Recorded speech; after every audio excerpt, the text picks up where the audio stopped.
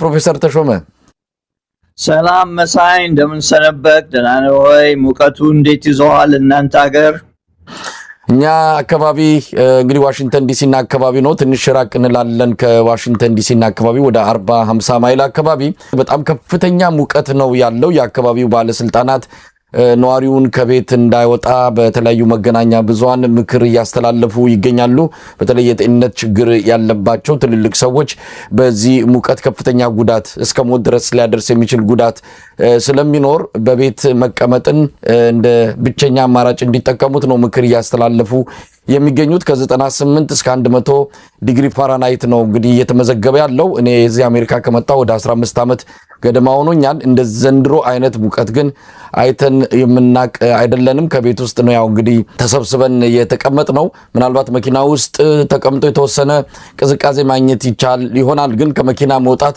እጅግ በጣም ከባድ የሆነበት ሁኔታ ነው ያለው ዋሽንግተን ዲሲ እንደሰማነው ከ110 የደረሰ ሙቀት እንደተመዘገበ ነው የሚነገረው የተለያዩ የጉብኝት ስፍራዎች አንዳንድ በአደባባይ የሚደረጉ ስነ ስርዓቶች እንደዚሁ እንደተሰረዙ ነው የሚገለጸው እንግዲህ አሜሪካ 250ኛ ዓመት በዓሏን ነገ በደማቅ ሁኔታ ታከብራለች ጁላይ 4 ይሄ በአሜሪካውያን ዘንድ ልዩ ቦታ የተሰጠው እለት ነው ይሄን እለት እንግዲህ በዚህ ሙቀት እንዴት ማክበር እንደሚቻል የባሉ ታዳሚዎችም ባለስልጣናትም በዚህ ጉዳይ ላይ እየተወያዩ ነው ያሉት ለማንኛውም በእናንተ አካባቢ ያለው ሁኔታ ምን ይመስላል ፕሮፌሰር ተሾመ በእኛ አካባቢ ይሄ መሐከለኛው አሜሪካ ወይ ሚድዌስት የሚባለው ነው እንደምታውቀው ሙቀቱ ከፍተኛ ነው 92 94 ድረስ ደርሷል ችግሩ ግን በአየሩ ውስጥ ውሃማ ስለሆነ አየሩ ለመተንፈስ ብዙ ያስቸግራል እና ሽማግሌ ለሆነ ብዙ በሽታ ላለበት ህመምተኛ ለሆነ ብዙ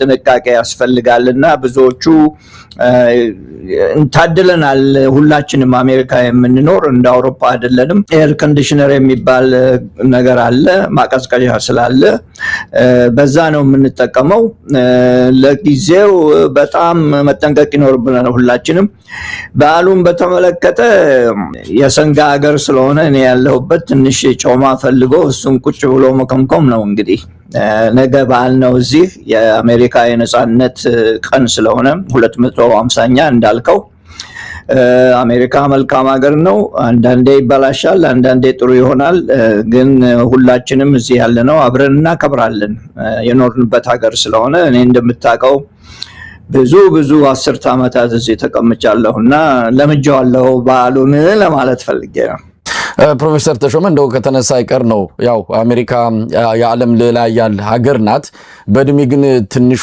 ብንላት በተለይ እንደ ኢትዮጵያ አይነት ቀደምት ከሆኑ ሀገራት ሌሎችንም መጥቀስ ይቻላል ከነሱ አንፃር አሜሪካ በጣም ልጅ ናት ማለት ይቻላል ግን አሁን የደረሰችበት ሁኔታ ስናይ እንደኛ 3000 ዓመትና ከዛ በላይ ካስቆጠረ ሀገር ጋር ልናወዳደር ስንሞክር የሆነ የሚሰማን ስሜት አለ ይሆኖም ቀረም አሜሪካውያን ሀገራቸውን ለዚህ አብቀተው በደማቅ ሁኔታ ያከበሩ ይገኛሉ ያው እስከዛሬም ጁላይ 4 ይከበራል ይሄኛው ግን በተለየ ድምቀት ነው ያከበሩ የሚገኙት ታሪካቸውን ስኬታቸውን ወደ ኋላ መለስ ይያሉ አሜሪካን ታላቅነቷ የደረሰችበትን እየዘከሩ በከፍተኛ ድምቀት ነው ሚዲያዎችም በተለያዩ ስነ ስርዓቶች ያደምቁት ይገኛሉ ነገ ደግሞ በተለየ ስነ ስርዓት ይከበራል እንደው እዚህ ላይ ትንሽ ማለት ቢቻል ዛሬ ያለንበትን እነሱ የደረሱበትን ስንመለከት ዝም ብሎ እድሜ ማስቆጠር ብቻ አይደለም በአግባቡ ጊዜንም መጠቀም ስልጣኔን ያስቆጫል አንዳንድ ጊዜ በእድሜ መሄዳችን ብቻ ሳይሆን ዛሬ ደረስንበት ደረጃ እንደ እድሜ ጠገብነታችን አለመሆናችን በእጅጉ የሚያስቆጨን ነው ትክክል ብለሃል መሳይ የጊዜው ቆጠራ ብቻ ሳይሆን ህዝቡ የሚኖርበት ሁኔታ በሚተዳደርበት መንግስት በምን አይነት መንገድ ነው የሚተዳደረው የሚለው ዋና ወሳኝ ይመስለኛል እኔ አሜሪካ እዚህ የደረሰችበት ምክንያት ብዙውን አቅፋ ስለያዘች እንደኔ አይነቱ እንዳንተ አይነቱ ሌሎችም እኛን የመሳሰሉ ከየቦታው እየመጡ እያንዳንዱ 50,000 ሰው አሜሪካ ሲገባ ከ50,000 ሰው ውስጥ መሳይ አንድ ጂኒየስ ከዛ ይጨመራል ሁሉ ጊዜ ስታቲስቲክስ የሚያሳየው ይሄንን ነው አሜሪካ ለሚመጡ ሰዎች በሙሉ ከ50,000 ሰዎች ውስጥ አንድ ጂኒየስ ይመጣል ምክንያቱም ሀገራቸውን ለቀው ወደ ሌላ ቦታ የሚሄዱ ሰዎች ብዙውን ጊዜ መልካም ነገርን ፍለጋ ወይ በትምህርት ወይም ደግሞ በስራ ወይንም ደግሞ በአቅማቸው ያለውን ለመፈተሽ የማይፈሩ በሆነው መንገድ ሰርቼ አድራለሁ ፈጥሬ አድራለሁ ብለው የሚመጡ ሰዎች ናቸው ወደ አሜሪካ የሚመጡ። አንዳንድ ጊዜም መግቢያ ያጣ የፖለቲካ ሰው ሊገባ ይችላል። ነገር ግን በአብዛኛው እነኛም ቢሆኑ ሰርተው ለማደር የሚፈልጉ ስለሆኑ አገሪቷ ደግሞ ያላት የአስተዳደር ሁኔታ ገቨርነንስ የሚባለው ይሄን ሁሉ ያመቻቸ ስለሆነ ሰርተህ በደንብ ለማደር የምትችልበት ህግ ብቻ ማክበር ነው ያለብህ። ህግን ካከበርክ አሜሪካ በጣም ጥሩ ቦታ ነው እና ሁላችንም አቅፋ ብዙ ኢትዮጵያውያኖችን አቅፋ የያዘች ነች። በየሀገሩ ከየሀገሩ የሌለ ሰው እዚሁ ነው የሚመጣውና የሁሉም አገር ነች አሜሪካ። በዛ ልትመሰገን ይገባታል። እንግዲህ ለመላ አሜሪካውያን እንኳን ለ250ኛ ዓመት የልደት በዓል አደረሰሽ፣ ህዝቡንም እንኳን አደረሳችሁ ለማለት እንወዳለን። ፕሮፌሰር ተሾመ ወደኛው ጉዳይ እንምጣ። እስቲ በእንደነዚህ አይነት የህዝብ ብሶቶች የህዝብ መልእክቶች ያው መሬት ላይ ያለ ሀቅ ነው፣ ልንደብቀው አንችልም። ኋላ ላይ አብይን የተናገረው እናመጣዋለን። ደብቁ እያለ ነው፣ ግን እንዴት ይደብቁት? እስቲ እነዚህን ኢትዮጵያውያን እንስማ። መሬት ላይ ያለ እውነትን ነው የሚናገሩት። ምን እንብላ? ከኑሮ ውድነት ነው ይሄ ሁሉ ነገር ይመጣብን። ምን እንቅመስ? ይሄ ሁሉ ይመጣብን ከኑሮ ውድነት ነው። ኑሮ ደግሞ እዚህ ጋር የሚስተካከለው ነገር ሰው ጎዳና ላይ ለምን ወደቀ ብሎ ጎዳና ላይ ያሉ ሰዎች በምን አይነት ሁኔታ ነው ጎዳና ላይ ሊወጡ የቻሉት? በቤተሰብ እኔ አሁን ዛሬ ጎዳና ላይ እየወጣሁኝ እንግዲህ እኔ በተመለከተ በቃ እኔ ምለው ማዝነው እኔ መቼም ቀደም ሲል በነበረችኝ ጥሪትና ምናምን ነገር እታገላለሁ። አሁን ኑሮውን ማዝነው ደግሞ ከኔ በታች ያለው ህዝብ የታች ያለው ህዝብ እጅግ እየተጎዳ ነው። በቃ ባጭሩ በጣም እየተጎዳ ነው። ነጦ ማዛሪ ነው ዲያባቶ ማለት ይቻላል። በቃ ፊኒሽድ። ክትትልና ቁጥጥር ዜሮ ነው። እናደርጋለን ነው፣ ምንም የለም። እንደኔ ከመንግስት አካልም አንዱ ነኝ። ነገር ግን የኢትዮጵያ ህዝብ ወይ በተለይ አዲስ አበባ ሆነ የትኛው ህዝብ እንዴት ቤት ይቁጠሩ እንዴት እንደሚኖረው ህዝባችን ኢትዮጵያ ህዝብ። ለዚህ ደግሞ አንደኛው ቀደም ሲል የነበረ በየክፍለ ሀገሩ ምርቶች አሉ፣ ይመረታል፣ መንግስት እርሻ አለ፣ ብዙ አይነቶች አሉ። ዛሬ ምን አለና እኔ እንዴት እንደሚያደርገኝ ለዚህ ሽሩሩ እስከመቼም ለኛ ይሆናል ብዬ አላምንበትም። እኔ የሚቆጣጠር አካል ማዘጋጀት አለበት። አሁን ትልቁ አየ ሁሉም ሌባ ሆነ። አምነ እዛ ሱፐርቪዥን ተካተል በቃ የምትለውም ለይስሙላ እንትን ያደርጋል እንጂ ምንም ነገር በቃ በተግባር የሚያደርግ ነገር የለም። እና ጭካኔ ያለ በዚህ ላይ አገራዊነት የለም። ይሄ ወገኔ ነው፣ ይሄ ወንድሜ ነው ሲሞት ዝም ብያ ላይ በቃ የሚባል የለም። አጋጣሚ ካገኘው እኔ ቀልምቼ በልቼ ልሄድ ነው። በቃ ታስቡ ከእጅ ወደ አፍ የሆኑ ሰዎች አሉ። በዚህ ምክንያት ከፍተኛ ችግርና መከራ አገራችን ላይ ሊወድቅ ስለሚችል በተቻለ መጠን መንግስት እነዚህን ነገሮች አጣርቶ በትክክለኛ የሌቦቹ ሳይሆን ትክክለኛውን የሚያጣሩትና ውስጥ ተመሳጥሮ አብሮ የሚሰርቁ ሳይሆን ትክክለኛ ኢትዮጵያዊ ተፈልጎ ትክክለኛው መፍትሄ መፈለግ እንዳለበት በእኔ እምነት አምንበታለሁ። ገንዘብ ወደቀ ሳይሆን ገንዘብ በምን አይነት ሁኔታ ነው ማስተካከል ያለበት? አሁን 1000 ብር ይዘን ምንም ካልገዛን ያለን አማራጭ ምን እንክፈል እያለ ነው ህዝቡ ጎዳና ላይ የወደቀው። ምን እንብላ ብሎ ነው ሰው ጎዳና ላይ የወደቀው። ፕሮፌሰር ተሾመ እንግዲህ የህዝቡ ምናልባት ይሄ ከተቀረጸ ምን ትንሽ ቆየት ያለ ይመስለኛል፣ ከዚህ በላይ ደርሷል የህዝቡ ምሬት። በየቀኑ ነው ቪዲዮ በማህበራዊ ሚዲያ ላይ የሚበተነው። ሰው ምናልባት ልተንፍስ እያለ ነው፣ ተንፍሼ እንኳን ይውጣልኝ በሚል አሁን በድፍረት እየወጣ በቪዲዮ እየቀረጸ ብሶቱን እያስተላለፈ ይገኛል። መቆጣጠር የሚቻል አይደለም። አብይ አህመድ ግን ከዚህ በተቃራኒ ነው። ለምሳሌ አዲስ አበባ ላይ ከፍተኛ የሆነ የአሽከርካሪዎች ብሶት አለ። በቅርቡ ከዚህ ከታርጋ ለውጥ ጋር በተያያዘ አመጽ እንዳይቀሰቅሱ ያደረገውን ጥረት እንዳለ ሆኖ ሰው በተለይ ሾፌሮች ወዴት እንሂድ፣ የነዳጅ ውድነቱ፣ ነዳጅ አለመገኘቱ፣ እነዚህ ነገሮች በህይወታችን ላይ ከፍተኛ አደጋ ፈጥሮብናል። በዚህ ላይ ደግሞ የታርጋው ነገር መጣ። ለአንድ ታርጋ 58000 እስከ 60000 ብር ክፈሉ እየተባሉ ነውና ተዘርዝሮ የሚያልቅ አይደለም። እንግዲህ ይሄ ሁሉ ችግር ይሄ ሁሉ ነገር እያለ ነው አብይ አህመድ ለምን አትደብቁትም? ለኛ ከቱሪስት ዶላሩን ለመመንተፍ የሚያስችለን እናንተ መልካም ነገር ስትናገሩ ነው ብሏል። እስቲ እንስማው። የኢትዮጵያ ታክሲ ሾፌር ከኤርፖርት ሰው ሲቀበሉ መርዶ ይናገራሉ።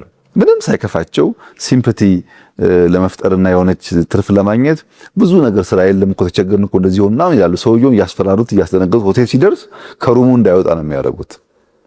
ቱሪዝም እንደዚህ አይሰራም። በተቻለ መጠን ስለ ሀገር መልካም ነገር በመናገር መልካም ነገር በማሳየት ሌላ ሀገር እኮ የምትሄድበት ሩት ራሱ መጥፎ ነገር እንዳታይ ሸፍኖ የሚወስዱ እኛ ጋር ግን እንደዛ አይደለም። መንቃት አለብን። ሰው ሲመጣ ያለውን አፍስሶ ደስ ብሎት እንዲሄድ ደግሞ እንዲመጣ የኔም ስራ ነው ብሎ ሹፌሩ ሲያስብ እንግዲህ ፕሮፌሰር ተሾመ ምናልባት እነዚህ ሁለቱም አንድ ሀገር ነው የሚኖሩት። አብይ አህመድም ቀደም ሲል የሰማናቸው ነዋሪዎችም የተለያየ ሀገር አይደለም፣ ስለ አንድ ሀገር ነው እያወሩ ያሉት። ማንን እንመን? እንግዲህ መሳይ ይሄ ብዙ ነገርን ያስነሳል። በመጀመሪያ በኩል ለማለት የምፈልገው ምንድነው፣ ለኢትዮጵያ ሕዝብ ለማለት የምፈልገው ምንድነው፣ እኛ መጥፎ ወሬን ለማቅረብ የምንዘጋጅ ሰዎች አይደለንም። እኛ እውነትን ለመናገር የቀረብን ሰዎች ነን። የተናገሩት ነገሮች በሙሉ እውነት መሆኑን እናውቃለን። ለ3 ዓመት ለ4 ዓመት ይሄንኑ ስንል ነበር የከረምነው እና ይሄ አንዱ ነው። ሁለተኛው ለማለት የምፈልገው መሳይ የኢትዮጵያ መሪዎች ምኞት ለለማኝ እንደተወረወረ ምጽዋት ነው። ዛሬ በህይወት እንዲኖር ዛሬ በህይወት እንዲያድር ቢረዳም ነገ ያቺ መከራ ትመጣለች እና የኢትዮጵያ መሪዎች እንደዛ ሆነዋል። የኢትዮጵያ መሪዎች ቃላቸው እንደዛ ሆነዋል። የሚያምናቸው የለም። እነኚህ ሰዎች ታክሲ ውስጥ ሲገቡ የሚሉት እውነት ከሆነ መሪያቸውን ነው የሚከተሉት እኮ። መሪያቸውን የሚለውን የሚያደርገውን ነው የሚከተሉት። መሪያቸው ትክክል የማይናገር ከሆነ ሰዎች እንደዛው ይደግሙታል። መሪያቸው ብዙውን ጊዜ ቅጥፈት ያለበት ከሆነ የህዝቡ እንደዛው ይከተላል።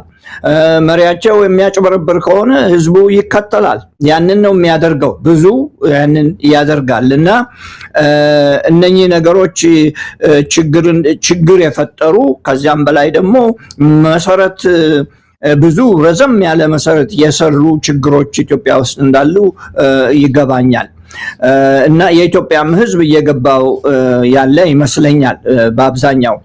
ናው ሰዎች ከታክሲ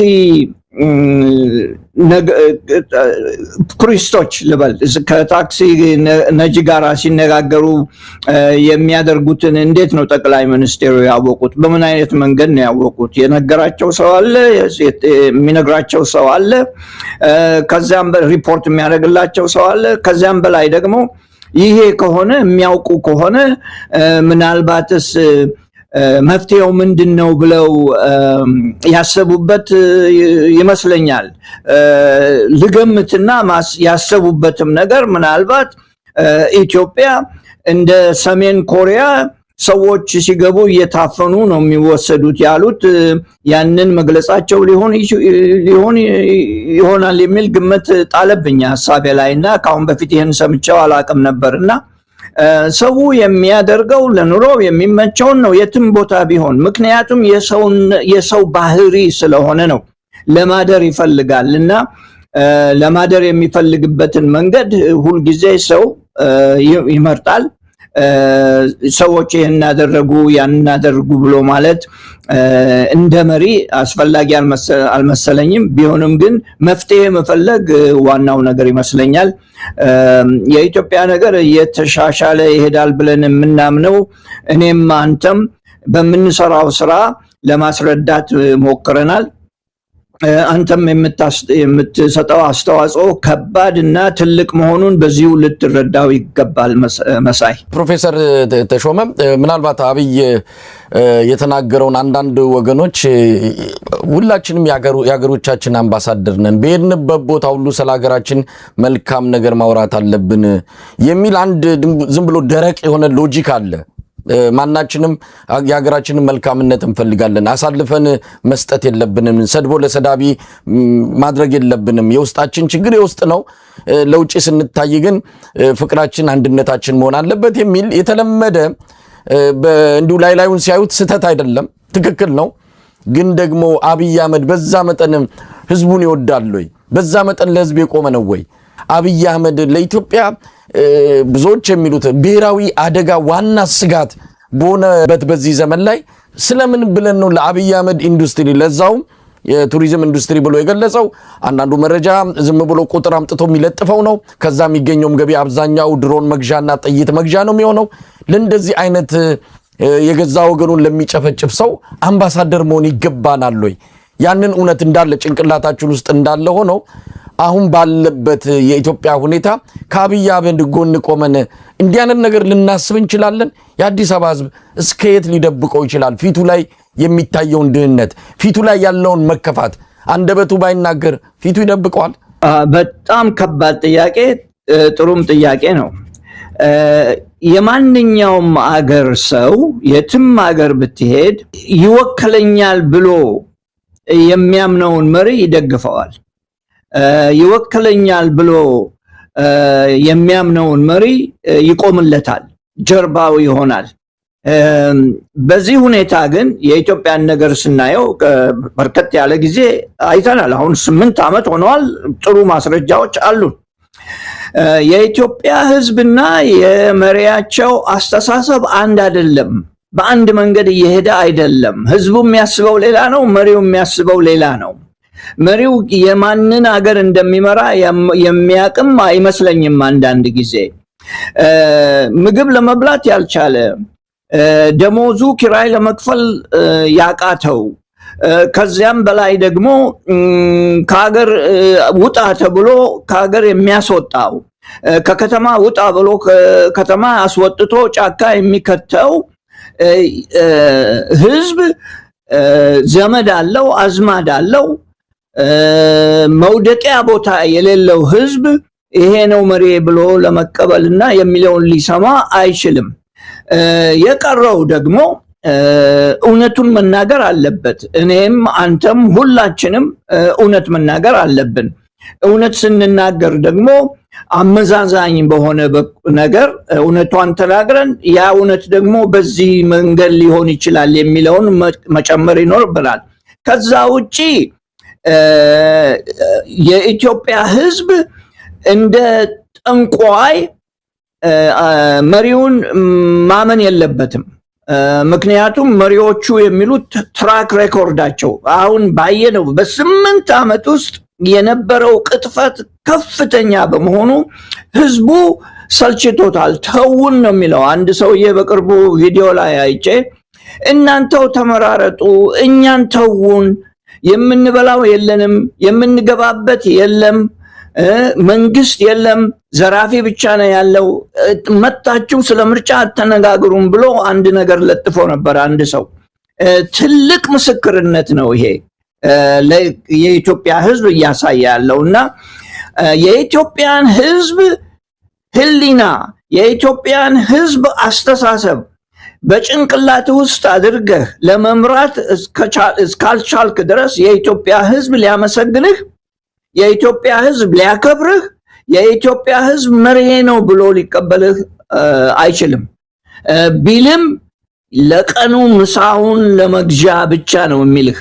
ያችን ምሳውን ለማግኘት ብቻ ነውና ምሳውን ለማግኘት ብቻ የሚያወድስህ ሰው ወደደህ ማለት አይደለም። ለምሳው ሲል ነው አንተን የሚወድስህ ማለት ነውና የኢትዮጵያ መንግስት መሪዎች ይሄ የገባቸው አይመስለኝም።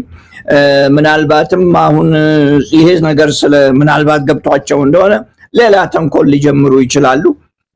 በዛ መንገድ ነው የኢትዮጵያ ህዝብና የኢትዮጵያ መንግስት የተለያየው የሚል ሐሳብ አለኝ እኔ መሳይ። እንግዲህ ፕሮፌሰር ተሾመ የአዲስ አበባ ህዝብ እንዲሁ የሚያሰማው ድምጽ አለ። ያው መድረክ አግኝቶ የጋራ ችግሩን የሚተነፍስበት ሁኔታ ስለሌለ በተለያየ መልኩ ብሶቱን ያስተላልፋል። ቀደም ሲል የሰማናቸው በተለያየ መልኩ እየወጡ ያሉ ድምጾች አሉ። በተለይም ደግሞ አዲስ አበባን ባይተዋር እንድንሆን ተደርገናል። እኛ አዲስ አበባ ትብታችን የተቀበረበት እናት አያቶቻችን ተወልደው ያደጉበት ስንት ነገር ያየንበት አዲስ አበባ ላይ ዛሬ በመጡ ገዢዎች አማካኝነት ባይተዋር እንድንሆን ተደርገናል። ተፈናቅሏል። በመቶ ሺዎች የሚቆጠሩ የአዲስ አበባ ነዋሪዎች የተፈናቀሉት ነው። ለዚሁ ለብልጭልጭ የአብይ አህመድ ቤተመንግስት ግንባታ ተብሎ ስንት የአዲስ አበባ ህዝብ መከራውን በልቷል፣ ከኑሮ ተፈናቅሏል፣ ህፃናት ከትምህርት ቤት ተለይተዋል። ይሄ አይነት እንደው ማይድን ቁስል ላቸው ላይ ያሳረፈው አብይ አህመድ ነው ለኔ የቱሪዝም ስኬት መስዋዕትነት ክፈሉ፣ ችግራችሁን ደብቁ፣ ረሃባችሁን ደብቁ፣ ፍልቅልቅ ብላችሁ ታዩ ለቱሪስቶች። የዛን ጊዜ ነው ተመላልሰው እየመጡ ዶላራቸውን ከኪሳቸው እዚሁ ሙልጭ አድርገን የምናስቀረው አይነት ነገር ነው ያነሳው። ይሄ በጣም አሳፋሪ አሳዛኝም ንግግር ነው። ለማንኛውም ከዚህ ከቱሪዝም ኢንዱስትሪ ጋር በተያያዘ ያው የኢኮኖሚ ጉዳይ አድርጎም ስለገለጸው ነው። ምናልባት ቃለ መጠይቁን ተከታትለውት ከሆነ በትዕግስት በእርግጥ የአብይ አህመድን ኢንተርቪው ቃለ መጠይቅ ለመከታተል ከፍተኛ ትዕግስት ያስፈልጋል፣ ከፍተኛ መስዋዕትነት ያስፈልጋል። በዛ መስዋዕትነትና ትዕግስት ተከታትለውት ከሆነ ስኬት በስኬት ነው። በተለይ ከቱሪዝም ኢንዱስትሪ ጋር በተያያዘ ሰላም ባጣች ሀገር በአዲስ አበባ በ30 ኪሎ ሜትር ራዲየስ ውስጥ አፈና፣ ግድያ፣ እገታ በበረከተበት ሁኔታ ሀገሪቱ በ3 ክልሎች አክቲቭ የሆነ በጣም ከፍተኛ የሆነ ውጊያና ግጭት ባለበት ሁኔታ ስለ ቱሪዝም ማውራትስ ይቻላል ወይ? አጀንዳ ሆኖስ መነሳት ይችላል ወይ? ፕሮፌሰር ተሾመ እንደገና በጣም ግሩም የሆነ ጥያቄ ነው። መሰረታዊ ነገሮች አሉ። መጀመሪያ በቱሪዝም ብቻ የበለጸገ አገር ወይንም ደግሞ የለማ አገር አላቅም እኔ። ምናልባት እነሱ ሊያውቁ ይችላሉ። በዛ ብቻ የለማ ወይንም ደግሞ የበለጸገ አገር አላቅም። ቱሪዝም ጥቅም አለው፣ በጣም ብዙ ጥቅም አለው። ካሽ ያመጣል። ፐብሊክ ሪሌሽንስ የሀገሪቷን ዲፕሎማቲካዊ ጉዳዮች ሊረዳ ይችላል። ከዚያም በላይ ደግሞ የሀገርን ሬፑቴሽን በጣም ሊያሳምር ይችላል። ኢትዮጵያ ውስጥ የቱሪዝምን ለማስፋፋት የተደረጉ ነገሮች አሉ። ይሄ የማይካድ ነው። ለምሳሌ በየቦታው የተሰሩ ማደሪያ ቦታዎች፣ አንዳንዴ ደግሞ መንገዶችም የተሰሩ አሉ። አሁን የተሰሩ ባይሆንም በፊት የለሙ የልማት ነገሮች አሉ። ጥያቄ መጠየቅ ያለብን በአሁኑ ሁኔታ ስናየው ቱሪስት ሲባል ኢትዮጵያ ውስጥ የሚመጣው ባሩድ ለማሽተት ነው የሚመጣ? ምን ለማድረግ ነው የሚመጣ? ኢትዮጵያ ውስጥ የሚመጡትስ በምን አይነት መንገድ ነው? ለታሪክ ጉዳይ ነው? ለሃይማኖት ጉዳይ ነው? ወይንም ሃይማኖትን በደገፈ ጉዳይ ነው? ወይንስ ደግሞ ዘመድ አዝማድን ለመጠየቅ ነው? ዘመድ አዝማድ ለመጠየቅ የሚመጣው ብዙም ገንዘብ አያጠፋም። ያጠፋል ገንዘብ፣ ብዙም አያጠፋም። ምክንያቱም ዘመዱ ጋር ስለሚያርፍ ማለት ነው። ብዙ የሚጠቅመው የቱሪስት ገቢ በየሆቴሉ እያደሩ በየቦታው እየተቀመጡ እየከፈሉ የሚያድሩ ብዙ ገንዘብ የሚያጠፉት ናቸው። ኢትዮጵያ ውስጥ እነሱ ሪፖርት እንደሚያደርጉት ቱሪዝም 15% አደገ ይላሉ። ጠቅላይ ሚኒስቴሩ 1.4 ሚሊዮን ሰው ገብቶ ነበረ። ቢሮው ደግሞ 1.2 በቁጥር እንኳን አይስማሙም። የሚባለው ቁጥር ካሁን በፊት እንደጠቀስኩት ማስረጃቸው ትየለሌ ነው። እንዲሁ የሚለጠፍ ነው። ግድግዳ ላይ እንደሚለጠፍ ፓስታ የተለጠፈው ጠቃሚነት ይኖረዋል፣ የወደቀው ተነስቶ ይወረወራል እንደማለት ያህል እና 1.4 ቢሆን ጠቅላይ ሚኒስቴሩ እንደሚሉት ይሄ ብዙም አይደለም ለኢትዮጵያ። ምናልባት ከበፊቱ ከነበረው በለጥ ይላል 15% እንበለው።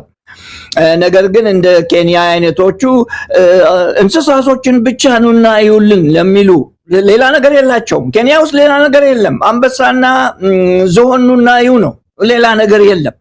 ያንን ለሚያደርጉ ብቻ ወደ 7 ሚሊዮን ሰው ይመጣል በቱሪዝም።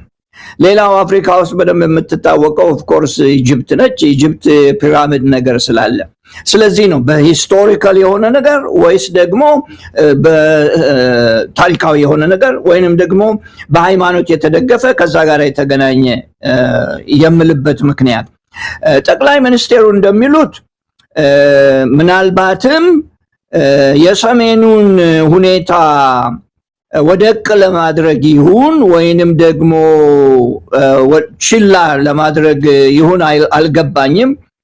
ብዙዎቹ ቱሪስቶች መጡ የነበሩት ሰሜን ያለውን ለመጎብኘት ነው። የሌላ ቦታ የማይገኝ ቅርጽ ለማየት የሚመጡ ሰዎች ናቸው ቱሪስት የሚባሉት። በብዙም ጊዜ የሚመጡትም ለዛ አይነት ጉዳይ ነው። እሳቸው አሁን ወደ ሶፎሞር ወደ አርባ ምንጭ ምናምን ብዙ ይወራል ስለዛ ልክ ማነው ላሊበላ የሰራውን ውሃ ከፈረፈረው ጋራ እኩል አድርገው ያሳዩታል። ይሄንንም ያደረጉበት ምክንያት ምናልባት ቀደም እንዳልኩት የሰሜኑን ነገር ቀነስ ለማድረግ ነው። ሁለተኛው ምክንያታቸው አሁን ስለ ቱሪስት የሚያወሩበት ምክንያት መሳይ በእኔ አተረጓጎም የከተማ ልማት እያሉ ብዙ ገንዘብ አጥፍተዋል። ብዙ ደግሞ እነኚህ የሰሩት በየቦታው መናፈሻ ቦታዎች አሉ። ወሬው ልዩ ቢሆንም ማስረጃ ባይኖረኝም አንዳንድ ደግሞ የተሰሩ በየቦታው ያሉ መዝናኛ ቦታዎች ምናልባትም የግል ሀብቶች ሊሆኑ ይችላሉ እየተባለ የሚወራበት ጉዳይ አለ። እርግጠኛ አይደለሁም የትኛው እንደሆነ። እነኚህን ሁሉ ለመደበቅና ለመሸፈን ነው አሁን ስለ ቱሪዝም የሚያወሩበት ምክንያት። እንዳልኩት ቅድም ቱሪዝም አስፈላጊ ነው፣ ጥሩ ነው፣ ብዙ ጥቅም አለው ብዙ ሰው ከመጣ። ከዚያም በላይ ደግሞ እኛ ማየት ያለብን መሳይ ብዙ ኢትዮጵያ ውስጥ የሚመጣው ቱሪስት ለቱሪዝም ኮንፈረንስ ነው፣ ለኮንፈረንስ ነው የሚመጣ። የኬንያንና የኢትዮጵያን ስትለየው ልዩነቱ የ7 ሚሊዮን ይቅርታ የ700,000 ሰው ልዩነት ነው። ያ 700,000 ሰው ምናልባትም የሚመጣው ለቱሪዝም ለኮንፈረንስ በተገናኘ ጉዳዮች ላይ ስለሆነ የቱሪዝሙ ቢሮ አስፋፍቶ ሄዶ ሪክሩት አድርጎ ከውጭ ያስገባቸው ሰዎች አይደሉም። ብዙዎቹም ቅድም እንዳልኩት ተወላጆች ናቸው። እንደኔ አይነቱ እንዳንተ አይነቱ ተነስቶ የሚሄድ ዘመን ለመጠየቅ ይሄን ለማድረግ ነው። በመጨረሻ ለማለት የምፈልገው ቅድም እንዳልኩት ቱሪዝም አስፈላጊ ነው፣ ጥሩ ነገር ነው። ካሽ ያመጣል፣ ሬፑቴሽን ይሰጣል፣ ህዝብን ከህዝብ ጋር ያገናኛል፣ ስልጣኔው የት እንደደረሰ ያሳያል፣ ከየት እንደተጀመረ የሚያሳይ ነው።